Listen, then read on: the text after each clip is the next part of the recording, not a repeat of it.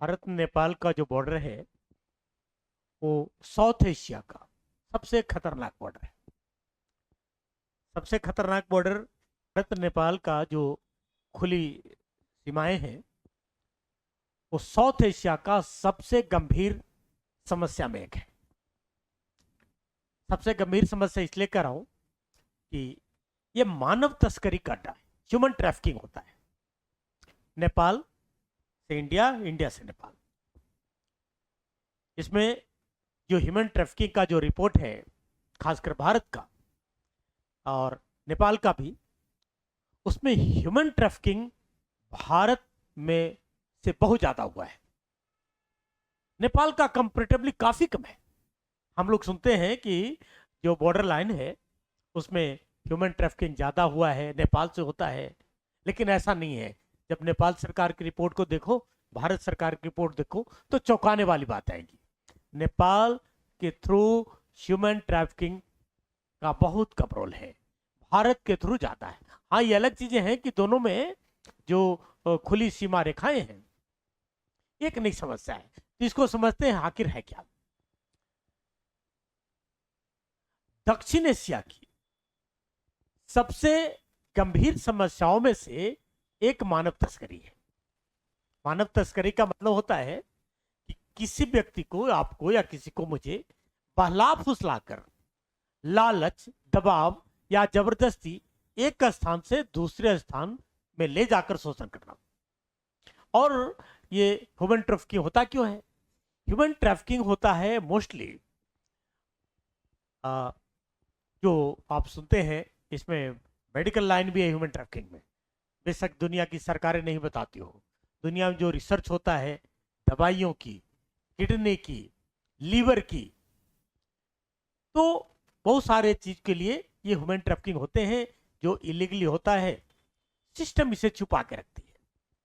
यौन शोषण है, घरेलू मजदूरी है, और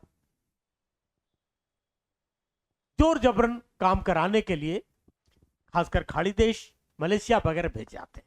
खैर, समझते आखिर है क्या और क्यों है ये काफी विवादास्पद मुद्दा। भारत के संविधान में ह्यूमन ट्रैफिकिंग को रोकने के लिए संवैधानिक मौलिक अधिकार है, लेकिन फिर भी सबसे ज्यादा साउथ एशिया में भारत से ही होता है, नेपाल से उतना नहीं होता। एक बात और ध्यान देने बातें हैं कि शारीरिक शोषण का शिकार केवल महिलाएं ही नहीं है, बल्कि पुरुष और बच्चे भी होते हैं। नेपाल और भारत के बीच खुली सीमा होने के कारण तस्करों के लिए यह मार्ग आसान बन जाता है। इसके पीछे कई आर्थिक और सामाजिक और भौगोलिक कारण भी महत्वपूर्ण है। सबसे पहला कारण है आर्थिक कारण। देखिए क्या है, भारत का एरिया हो या नेपाल का एरिया हो, नेपाल के कई क्षेत्रों में, खासकर नेपाल की बात कर रहा हूं, रोजगार के अवसर सीमित है क्योंकि पहाड़ी इलाका है। इसलिए लोग भारत और अन्य विकसित देशों में बेहतर रोजगार और जीवन की तलाश के लिए जाते हैं। यानी सबसे पहला कारण आर्थिक है। रोजगार के लिए गए, अधिक आय के लिए, अधिक आय होनी चाहिए, तो अन्य विकसित देशों में या भारत में भी भारी मात्रा में संख्याएं माइग्रेट करती है जो अच्छे जीवन की तलाश में आती है। जो ह्यूमन ट्रैफिकिंग करते हैं, जो तस्कर है, इसी का फायदा उठाता है। फायदा कैसे उठाता है कि आर्थिक समस्या गरीब परिवार की होती है। गरीब परिवार की जरूरतें जब अपनी आय से पूरी नहीं होती और उसे कोई भावनात्मक सबलता दे, यानी उसे एक उम्मीद जगा दे कि आप यहां जाओगे जहां 5,000 कमा रहे हो, 50,000 कमाओगे और आपकी लाइफ ऐसी होगी, आपकी शिक्षा ऐसा होगा, एजुकेशन ऐसे होंगे, परिवार आगे बढ़ेंगे।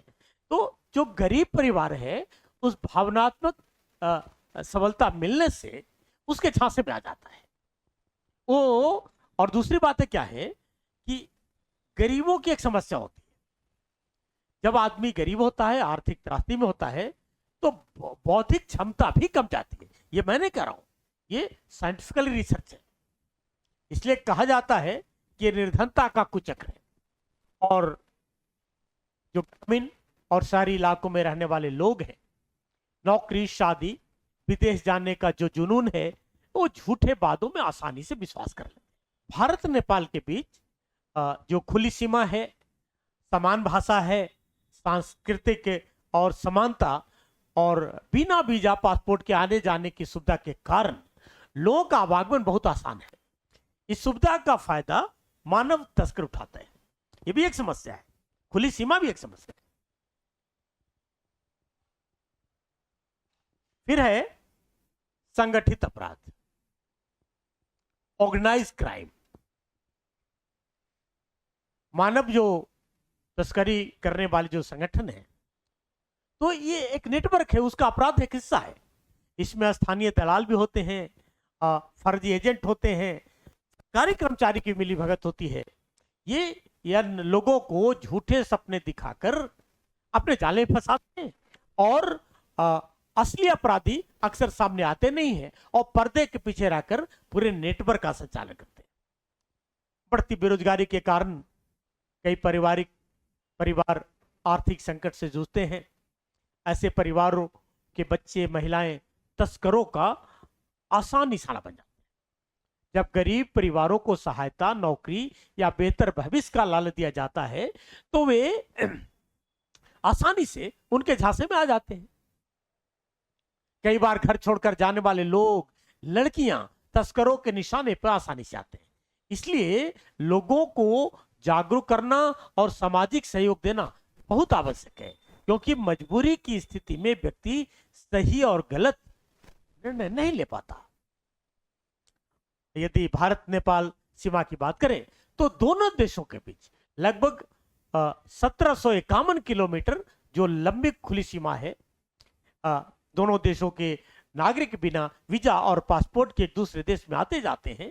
इस व्यवस्था का दुरुपयोग अपराधी गिरोह मानव तस्करी और असंगठित अपराधों के लिए करता है। यह भी सही नहीं है कि केवल नेपाल से ही मानव तस्करी होते हैं। भारत और नेपाल दोनों ही कई मामलों में ट्रांजिट रूट के रूप में उपयोग किए जाते हैं। यानी जब खुली सीमा है तो बहुत सारे जो आदमी हैं नेपाल की ओर, नेपाल की ओर चले जाते हैं और जहां खाड़ी देशों, मलेशिया, अन्य देशों भेजते हैं। हालांकि अंतर्राष्ट्रीय रिपोर्ट के अनुसार नेपाल से भारत की ओर महिला और बच्चों की तस्करी के मामले अपेक्षाकृत अधिक दर्ज किए गए हैं। लेकिन भारत सरकार की रिपोर्ट और नेपाल सरकार की रिपोर्ट पढ़ते हैं, उसमें भारत सरकार में महिलाएं काफी गायब है, लाखों में गायब हैं। हर साल नेपाल में हजारों में गायब हैं। ये national crime records bureau of India में भी है। तो इसके लिए सब जरूरी है कि जो व्यक्ति है जागरूक रहे, समझ वाला हो, झांसे में नहीं आए। एनजीओ का रोल है, नेपाल पुलिस इसमें काफी एक्टिवेट है। इसके अलावा भारत की पुलिस और नेपाल पुलिस संयुक्त रूप में भी अभियान चला रही है। लेकिन उससे पहले सबसे बड़ी बात है कि जो खुली सीमा रेखा है उसे एक पर्सनली तौर पर करा जाए, तो उसे बंद किया जाना चाहिए और स्ट्रिक्टली, ताकि ये ट्रांजिट जो रूट बन जाता है उस पर कंट्रोल हो सकता है।